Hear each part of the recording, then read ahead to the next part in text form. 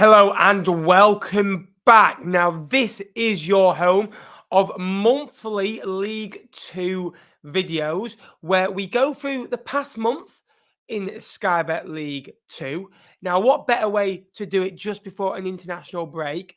We've had 4 games. We've had a lot of shock results. We've had a managerial sacking. We've got teams yet to score a goal. We've got teams that have started really, really well. We've had some shocks. It's just been League Two. But to join me over the next half an hour or so, we've got the very talented Jack from JK Analysis over on Twitter. Jack, how are we doing? I'm good, thank you. Are you?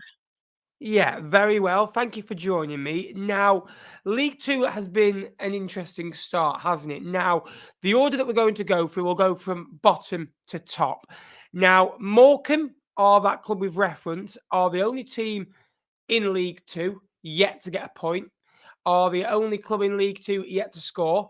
However, they've lost all 4 games by the scoreline of 1-0. And they played some tough sides in there when you look at it. What do you make of their start? Because it's been a tough one. You know, they brought in 15 players. Derek Adams returned to the football club. They were favourites, with Newport, Acton, Harrogate to go down. Was this expected? This start? Yeah, definitely. And ultimately, they haven't scored a goal, and you're looking at that team. Who's going to score a goal? And I think how Morecambe will win games is more the desire and the hunger to defend resolutely instead of outscoring sides and maybe holding on to a 1-0 lead, which obviously they haven't been able to do. They've lost 1-0 4 times, and ultimately they brought players up from the National League that maybe aren't at League Two ready yet. So I think it's definitely expected, Morecambe, that they are at the bottom. Maybe I thought they would have maybe scored 1 or 2. I wouldn't have thought that they wouldn't have scored a goal out of the first 4 games, and um, they haven't also got beat heavily though, which is I think the only positive they can take from it, that they are still kind of in games, but it's just about getting that quality in the final third to actually go and maybe nick a point and then maybe try and go on a run there. Yeah, I agree with that. Walsall away, Doncaster, Gillingham was the first 3. And realistically, you'd have thought lose all those 3 games on paper. I know football's played on grass. And Newport was a difficult one where they've lost out. Wildig comes back to bite. He's from a club where he's a bit of a cult hero there, was in the promotion winning squad a few years ago as well. They've got Crewe, they've got Colchester, Fleetwood all coming up. They've got to start picking up points. They never shot on target in the first game. You look at the options you've got, the likes of Jordan Slew, the likes of G1 Edwards as well. Hallam Hope, it does like goals. It's got a solid base. It's kind of like the going into games with let's try not to lose rather than to win. Swindon are another club that started off with a good point on the opening day against Chesterfield. Will Wright with an absolute thunderbolt into the far corner. Since then, defeats to Walsall and then yesterday to Notts County as if recording. And that boring draw to Crewe. What do you make a Swindon start? Because it was always going to be a difficult one. And I think sometimes with Swindon, you don't know what to expect. Some deadline day signings of Butterworth coming late as well and Kamonga Shamanga. I expect Swindon to probably start better than what they have done. I think there's a lot of quality in that squad that's maybe not being shown so far. I think obviously the opening game against Chesterfield is a very, very good point, but then they got battered at home to Walsall, which Walsall aren't a bad side. They're in the 3 now. I know it's early days, but they've started the season very well.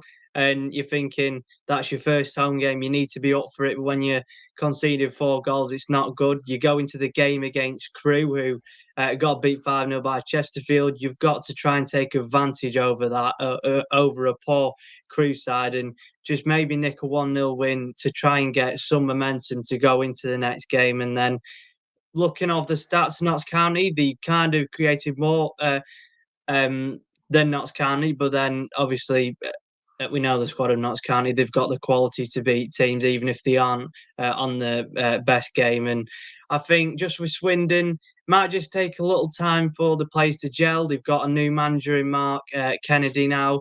And I think it will get better for them because I think Harry Smith scored at Yeah. double digits last season for Sutton. They've got a good pairing of him and Glatzel up top. So I think it will get better for Swindon, but so far, obviously, only 2 points on the board. It's not great for them. Accrington Stanley, I'll feed back on. Now, we worried for goals for Accrington. Certainly, I did as well. With with the losses of Nolan and Pritchard, and then McConville, who was a long servant there, maybe weren't as great the last few years he was there, but still a big part of the dressing room. They scored 6 goals now in 4 games, and look, they played some difficult fixtures. Harrogate at home, they'd be disappointed they've scored 3 goals in that game, conceded late on. A good point against Colchester yesterday as well, and they've lost the 2 away games at Newport and Doncaster. So realistically, the 11 goals conceded is a worry. We knew losing Savin would be a loss. He had brought in young Billy Crellin along from Everton that has got experience in League One with Fleetwood as well. I do worry for them, but again, they are on a 3 clubs. And you've got to remember, we're 4 games into the season. It feels like this season's been going on a lifetime.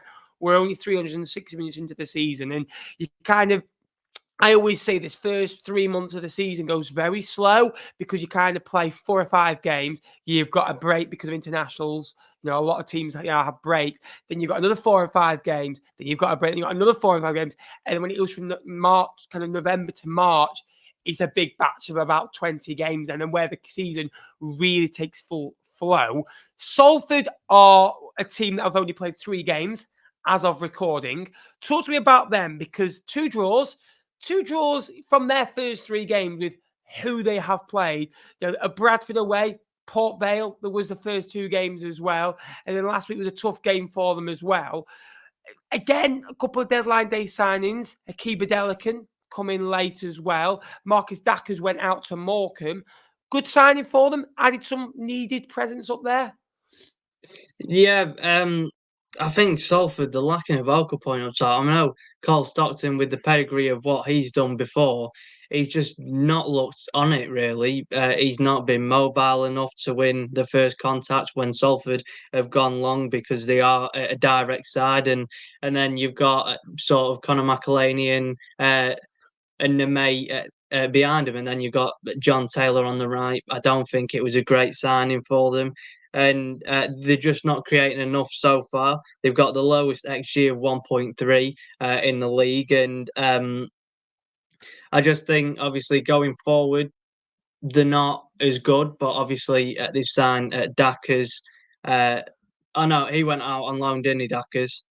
I think, yeah, he went out on loan, but they've got a Delican who obviously got 16 goal contributions for Doncaster last season, and I mean that's probably their best signing on paper for me. I think Delican. So I think if you have him just creating stuff and then having the freedom to play and getting the goals, getting the assists, I think it could pick up for Salford. But I mean, they've played only 3 games and the others have played 4. They could try and get to mid-table by tomorrow if they beat MK Dons. Early on, I don't really look at this table seriously till about 15, Yeah. 20 games in. Next up is Carlisle, who have played 4 games and have sacked manager Paul Simpson. Now, Paul Simpson, a former manager now and a former player, been there many years and built something, kept them up, then brought them up via the playoffs, beat Bradford over 2 legs, won promotion. Only won 7 games last year. There were some big wins in there when you look at it. One against Peterborough, Bolton away from home. John Mellish scored a hat-trick away. I think at Peterborough, and Jordan Gibson scored a hat-trick away at Bolton as well. Moments of magic. You look at it, he's won 8 games of his last 50. That's not good enough. And not good enough for a club like Carlisle. And new ownership came in November, December time, backed him a little bit in the January, brought some experienced pros in. The likes of, the goalkeeper being one of them as well, Harry Lewis. Josh Vella came in from fellow relegation candidates Fleetwood Town and Fleetwood's captain. What do you make of this? Because they've only scored 3 goals. He beat Barrow, but defeats have hurt them away at Gillingham, MK Dons and Tranmere. 3 good sides, you could say. Are you surprised that they've done it this soon rather than either sacked him at the end of last season or giving him another 5 games? I'm surprised they actually stayed last season. And I think with the American owners being ambitious as they are, they'll want to have a new change quickly and they'll want to be as competitive as they can be. But the game against Gillingham, I think the scoreline flattered Gillingham. I don't think it was a 4-1 defeat for Carlisle, but then we played MK Dons. Just trying to go along to Wycombe at Adewaj, they didn't have kind of the vocal point that they needed, and they got just out muscled up there. They didn't create much, and I think for me, a club sacking a manager 4 games into the season, and I think Carlisle would have known full well if they didn't start the season well that he's going, because obviously they've had a bit of faith in him because they kept him last season even though they got relegated. And I think if you're having that mindset, why wouldn't you sack him maybe at the end of the season, get a new face for the pre-season, have a transfer window, and now ultimately it's going to go either two. It's going to go one or two ways. It's going to work magic if they get a new manager in. Pete Wild is rumoured, but then it could go really badly. Obviously, if the manager doesn't have the players he wants and it doesn't start going well for them quickly. Yeah, absolutely. It's vital that they get the right man. Pete Wild, Barrow connections, it might take a while to win over. And you've seen that where rival managers go to the other clubs. I think, I know it's totally different. Rafa Benitez going to Everton when Grayson came to Fleetwood, obviously managed Blackpool. Sometimes it takes a while. Charlie Adam at Fleetwood as well. So Cheltenham had a good start to the season with an opening day victory. What's followed is 3 defeats. Away at Grimsby, yesterday away at Walsall, and a home game against Wimbledon where they didn't score. Look, they are in games. They scored 6 goals, conceded 8. They've had a lot of thrill in this first four games. Look, it took them, I think, last season to score 4 goals. It took them, 15 games? It took them 2 or 3 games this year as well. So they started a lot better. They had a lot of, outs this season as well, when you've got to remember as well. Elliot Bond was a big loss. Freestone, Southwood, big losses, as well. Keena being another one as well. Strikers going to Lincoln as well as that. I think with Cheltenham, it's going to take a lot of time for that squad to gel, and I think they've started Dawson, who is coming up from, I think, step 3 in the National League. So it's a big jump for him. They're really believing in him that he can get the goals, and I just think that obviously they got 3 losses on the bounce. They got obviously the first win of the season. On the opening day, but I just think there is quality in there. Joel Caldwell has been a bright spot for them, 3 goal contributions, and I think this squad will just get better as they get to know each other. They'll start gelling, and I think Cheltenham will be all right. Well, MK Dons lost the first 2 games of the season, did back that up with a win over Carlisle last week as well. Play sold for tomorrow night. Load of new signings. Things will improve there, I believe. One thing that did improve yesterday was Crewe. Crewe got a great result away at Bromley, scoring their first 2 goals of the season. It went down early on, and you thought, oh, here we go again. But 2 late goals. You think the playoff heartache of last year, obviously lost big players, one of them being Nevitt, who was a big goal scorer for them last year as well. Do you think that kind of hurt them a little bit because they didn't really perform in that playoff final? They did okay, but do you think that was maybe the reason for the slow start, or do you think it's something else? Well, they've obviously let Nevitt go, and then they've brought in Omar Bogle, who really needs a lot of man management for him to perform and get double figures in League One and in League Two. And then you've got Hemmings coming to the club, who I don't think they're good replacements for Nevitt. And it was a good win away at Harrogate. Obviously, they need to respond well to the Chesterfield 5-0 defeat. I saw a video, a Crewe fan even threw his season ticket away. He must have got that bad, and they were very, very poor. But then, obviously, with that win away at Harrogate, I think it's going to give them some momentum, something to build off, because Lee Bell wants them to be a hard-working side.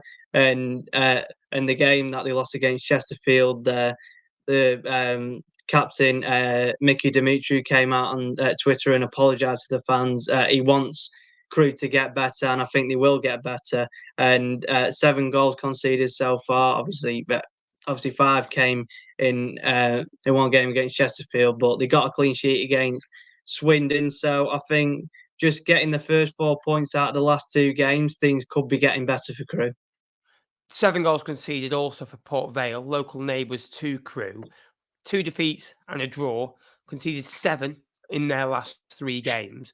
4 to Barrow, 3 to Doncaster Rovers yesterday. Going long and direct to Peyton up front, they have got a load of new additions that have to blend. Darren Moore's a manager that hasn't really performed at Port Vale yet. Signed a long-term deal in January. Do you think this is just trying to get reset? But because they started the season very well at Salford, and you think, right, they've started well. That's what clubs need to do. I said there'll be a club that start quite slow because of the amount of players they've brought in. What do you reckon of Port Vale? Because it seems very weird at the moment. Well, it was like you said about the direct play style. You've got Peyton.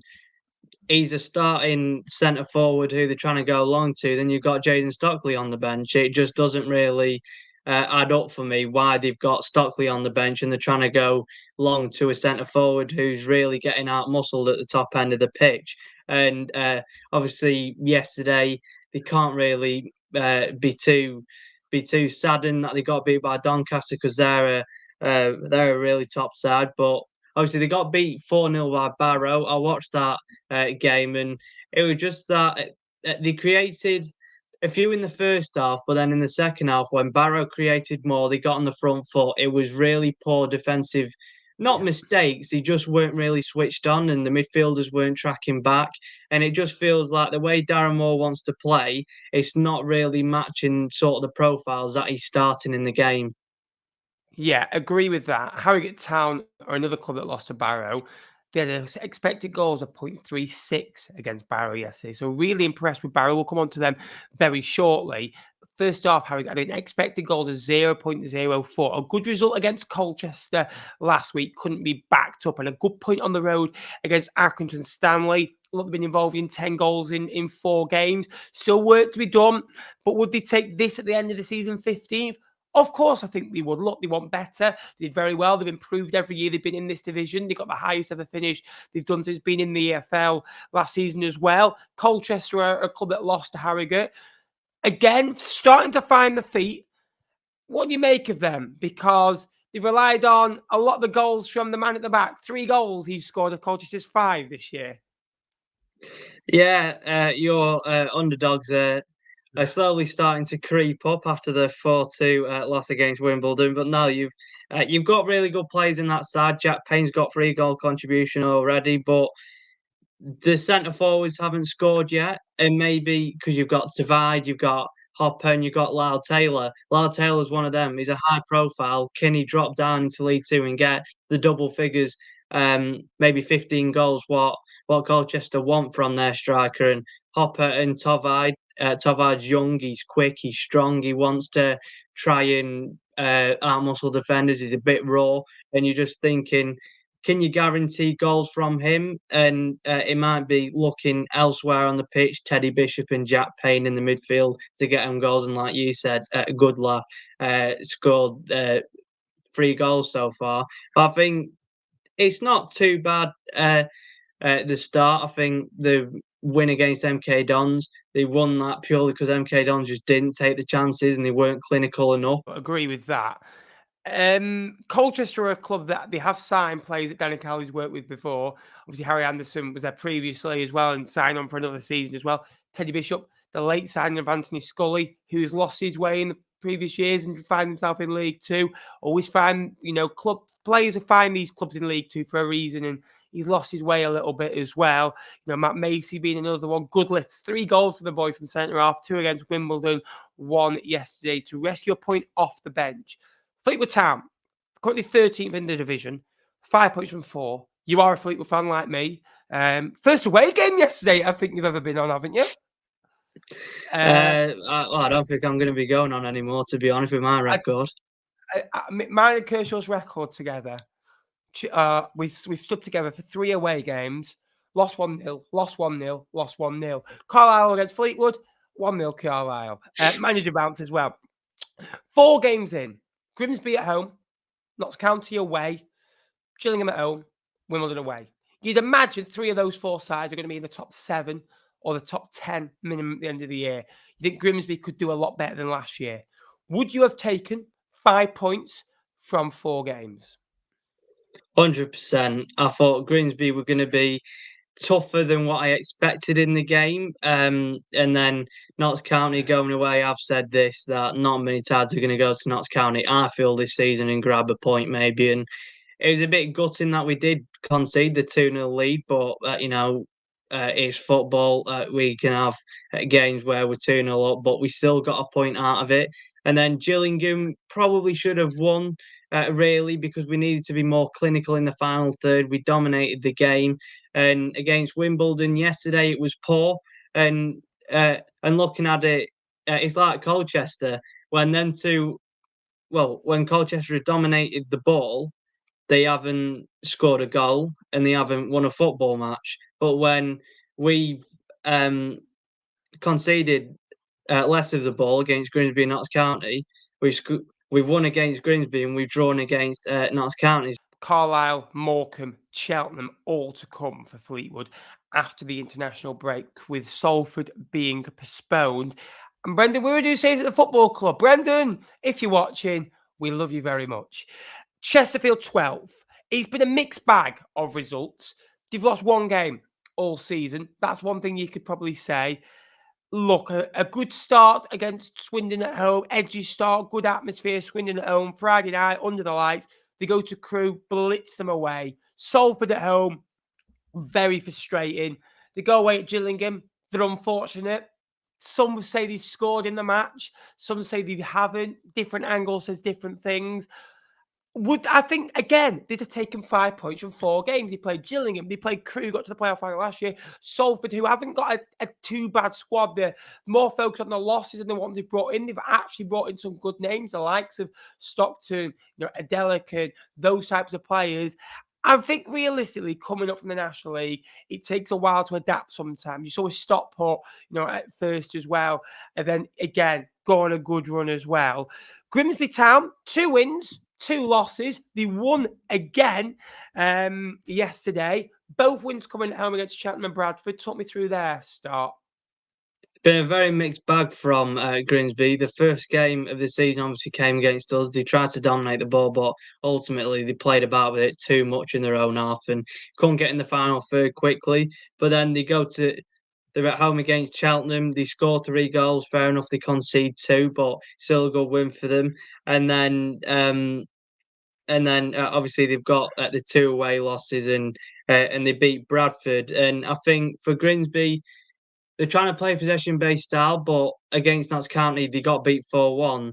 I don't think 4-1 really reflects it. Maybe 3-1. I know it's not a big difference, but Grimsby were threatening on the transition. And then I think ultimately they've had, I think it's Savan Thorson. I might have said that wrong, but it's the Icelandic lad. He came back against Bradford from his injury first game this season, and he scored a goal. So I think it's promising sides for Grimsby, and obviously Artel, it's his first season. I just think they need that right level of consistency, which a lot of teams last season in League Two didn't have, and hopefully they can just kick on from it and try to get a top half finish, because I said they were mid-table, and after the game against us, they didn't really look promising. So Bromley are a club that started off, and you see these clubs, don't you, sometimes starting like a house on fire, winning the first 2 or 3 games. Crawley in League One being one. Bromley with this version in League Two. 2 great results. Look, they've since, played Crewe playoff finalists last year and Bradford away. It's a tough 2 games. They were down to 10 men for 85 minutes against Bradford, which is tough. A goal down as well, chasing shadows. So disappointing, but a good start. They'd have taken this all day long. Bradford are another club that 7 points from 4 games. It's not bad. They won away at MK Dons, drew to Salford, beat Bromley, lost to Grimsby. Yet again, I think with this Bradford side, we're seeing consistency yet again is lacking. They're not that club that can go and win 4, 5, 6 games on the bounce at this moment in time. And yes, it's early days, but that's what you need to see from Bradford City. That's the expectation. Bradford are expecting to win every single game pretty much, bar maybe your Notts Counties, your Gillinghams, your MK Dons, where they actually won, and maybe they can flourish when there's less pressure. I think sometimes on that football club, the fans are brilliant. The fans are the best thing about that football club, but the pressure sometimes, because of a big fan base, because of how big they are for this level, how long they've been down here, it can pile pressure onto them, Jack. Yeah, I think it was a bit unfortunate they didn't beat Salford because obviously there was controversy. Did the ball go over the line? And it's a good win against MK Dons, but then they lost to Grimsby yesterday, which um, obviously I think they would have liked to obviously maybe nicked a point there. And the thing that's good about Bradford. They've got different scorers from all over the pitch. They've got obviously the vocal point up top, Andy Cook, who's a great goal scorer. But having Bobby Poynton and Sanderson coming off the bench and scoring so far this season, I think having just them players to rely on. As well as Andy Cook will be really good for them. But no, I think that Bradford, you can't be too disheartened for the start that they've had so far. Tranmere fans were very highly expected of their team this year. And I must admit, when we're saying that standards are slipping, they conceded a goal yesterday. Well, what's that about? You've not been doing that for the past 3 games. Come on, boys, you got to sort yourself out. But two wins, 2 draws. Notts County at home on the opening day of the season, for me, was the toughest game they could have had. They go away at Port Vale and get a 0-0 draw as well. 2 great points. And then that third game was vital because if they lose that, they've not won yet and they've not potentially scored yet. They win it 1-0. So then the momentum switches and then they go to Carlisle yesterday, score, pen back and scoring again. Amari Patrick, impressed in pre-season. He's impressing again, in a Tranmere shirt now, which is good. 8 points on 4 games and they're only 7th. Only 8th. And they're only 8th. Sorry. So again, it's a great start. The standards have been set high. Still a lot of work to be done. Maybe got to score a few more goals, but they'll get there. They've won the last 2 games, doing well. Yeah, I think with Tranmere, for me, I think they've got more quantity over quality up top. But they've got 3 clean sheets so far. They've had 2 0-0 draws, and I think that they'll come to, and it's just depending on whether they can push on and really get to that. Can they maintain maybe a top half finish with not being so effective at the top of the pitch and more relying on being defensively sound? It was like Scott Brown at Fleetwood a couple seasons ago. We started the season with minimal goals conceded, but then we weren't really scoring enough at the top end, and it's just whether they can get that right balance. But I think 8th place, they've surprised me so far anyway. Yeah, it's always that when teams are scoring loads of goals but conceding loads of goals, I always say you're Yeah. more likely to keep conceding than keep scoring. And again, if Tranmere could just add to that, though, they won't be too far away. Notts County have scored 8 goals from 4 different goal scorers. Jody Jones, Jatta, Crowley, and now McGoldrick. A brilliant start for them. Only conceded 4, drew the first 2 games away at Tranmere, home to Fleetwood, late point for them, and that's built something for them. He scored 4 against Grimsby and then went to Swindon yesterday and won. They're going to be an absolute force. But another club that aren't being mentioned, Jack, are AFC Wimbledon, that have got 9 points from the first 4. Did lose to Bromley in poor fashion, but beat them in the League Cup and then went to go and beat Ipswich. This is a League 2 show, though. It's a good start for them because they beat Colchester after being 2 goals down in the first 10 minutes. Then, won squeakily through last weekend as well against Cheltenham and now beaten Fleetwood. Great start, very hard to break down. And when you've got Bugill and Piggott to hit, you've got focal points. I thought Piggott yesterday was outstanding. Yeah, definitely. I think Wimbledon have got a very good front two. Even if they start Bugle and Pickett, both physical forwards, but they're very technical. They've got really good ball control and also good footwork to just get past a few players. But then they've got Stevens, who scored 26 goals at this level, I think, for Forest Green before, and he's more of a different one where he can run the channels more. If obviously coming off the bench, fresh legs, just trying to stretch the opposition defence out. But I think they've had the last two wins have been 1-0, and that's after conceding two goals in against Cheltenham and also no, sorry, it was the game against Colchester and the game after that where they conceded two goals in both of them games. So they're now getting clean sheets, and I think maybe the international break might stop the rhythm of what they're doing, but no, I've been impressed with what Wimbledon have done so far. Doncaster Rovers are a club that you paid a lot of attention to last year. You know, if you win 10 on the bounce, you're going to get attention. Strong at home as well, but also managed to get the first away victory of the season yesterday. Lost, on the second game of the season to Newport after a good result on the opening day. Then squeaked past Morecambe last week to beat Morecambe and Accrington at home. And a big result against Port Vale. That could be a tide turn, or whether it's Port Vale that go on a good run, or if it's Doncaster. Luke Molyneux, when he gets a couple of goals, he adds an assist, as he's done this season as well. This is a club that did really well last year, suffered in the playoffs in weird circumstances, I'd say. And they've lost some big players like Harrison Biggins, Akiba Delican, and Matthew Craig, who was on loan. Yeah, I really like Matthew Craig. I think everyone knows that on Yeah, you never Twitter. mentioned that. No, if you take me Twitter, I never tweet about him whatsoever, and I don't tweet about Owen Bailey either.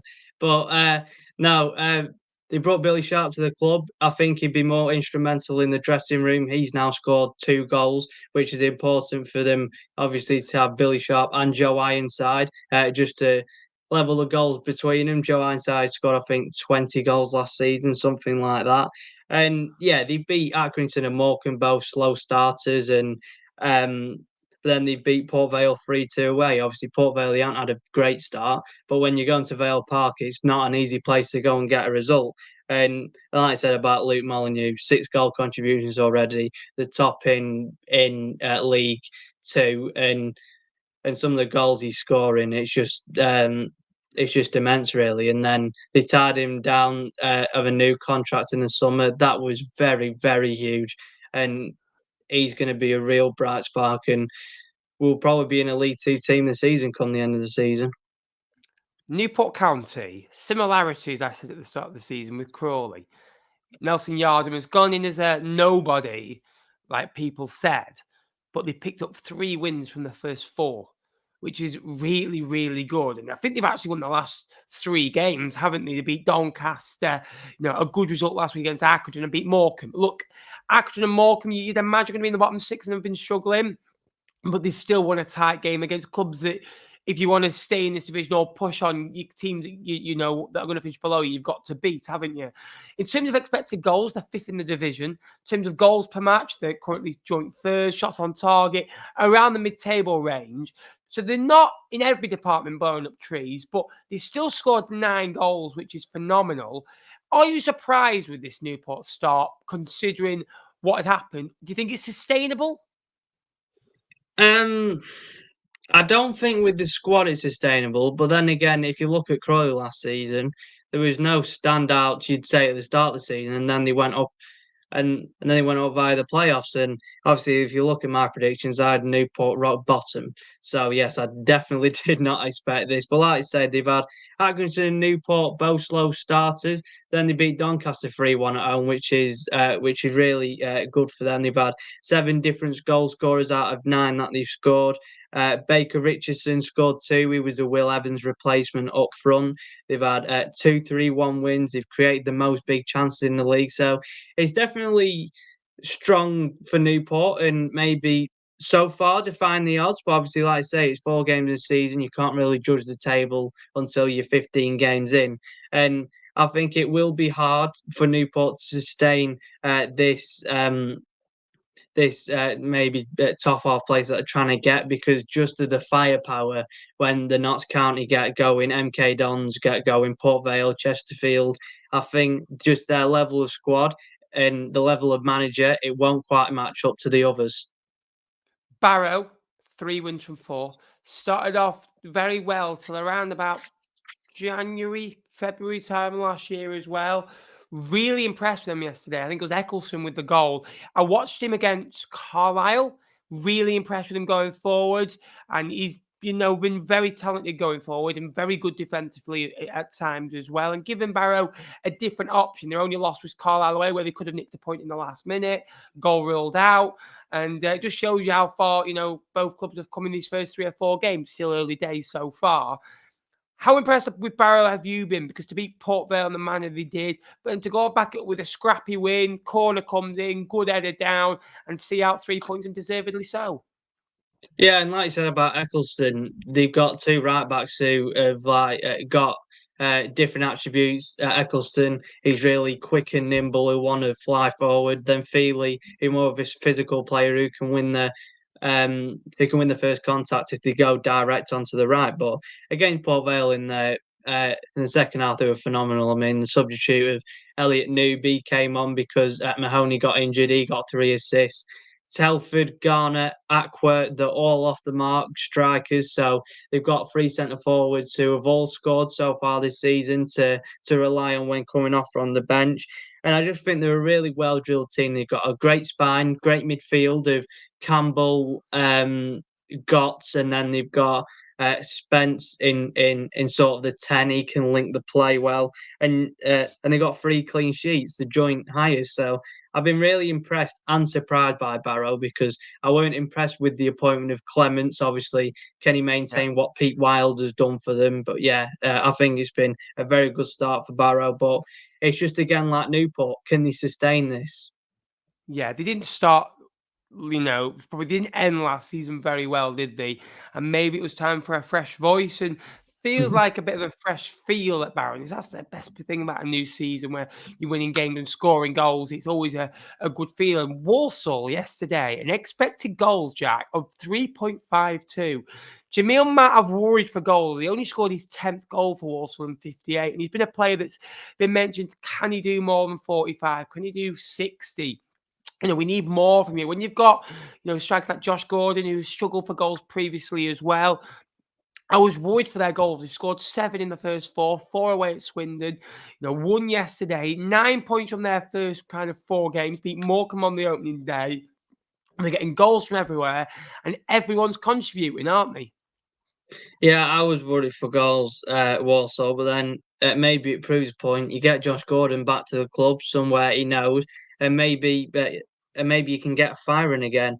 And the limiting teams to minimal expected goals, so it shows how important it is at the back for them to stay really solid and sharp. But then also at the top end of the pitch away at Swindon, they score 4 goals. They've got Connor Barrett, right wing back. I think they brought him in from AFC Fylde last season. He's got 3 assists from right wing back. So it shows if you can get balls in the box to Matt, who's a really tall striker, and then work from there. Get Albert Adoma out on the flanks, and he can create something, because realistically, Albert Adoma has dropped from the Championship to League Two. It'll be a really, really good live wire. But again, another side like Barrow and Newport didn't expect him to be up there at the start of the season.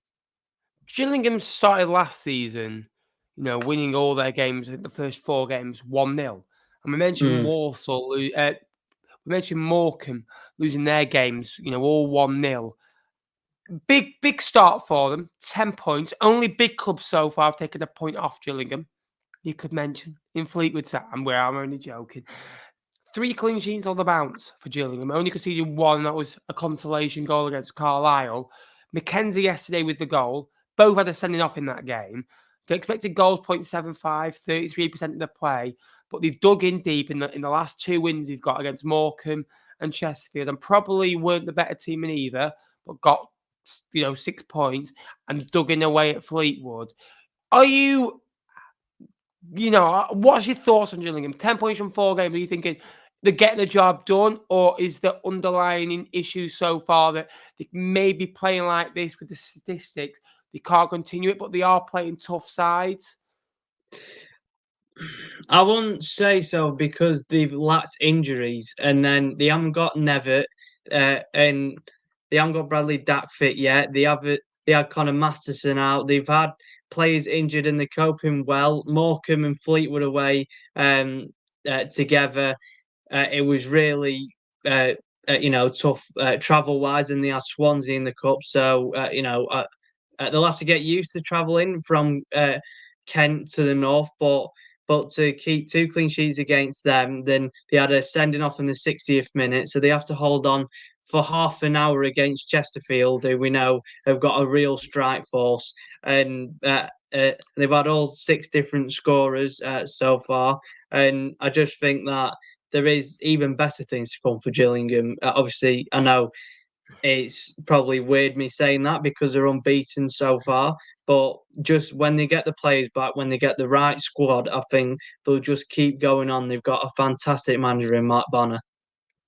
And just finally, what are kind of your maybe some unpopular opinions? Do you think anything might change at the bottom or anything at the top?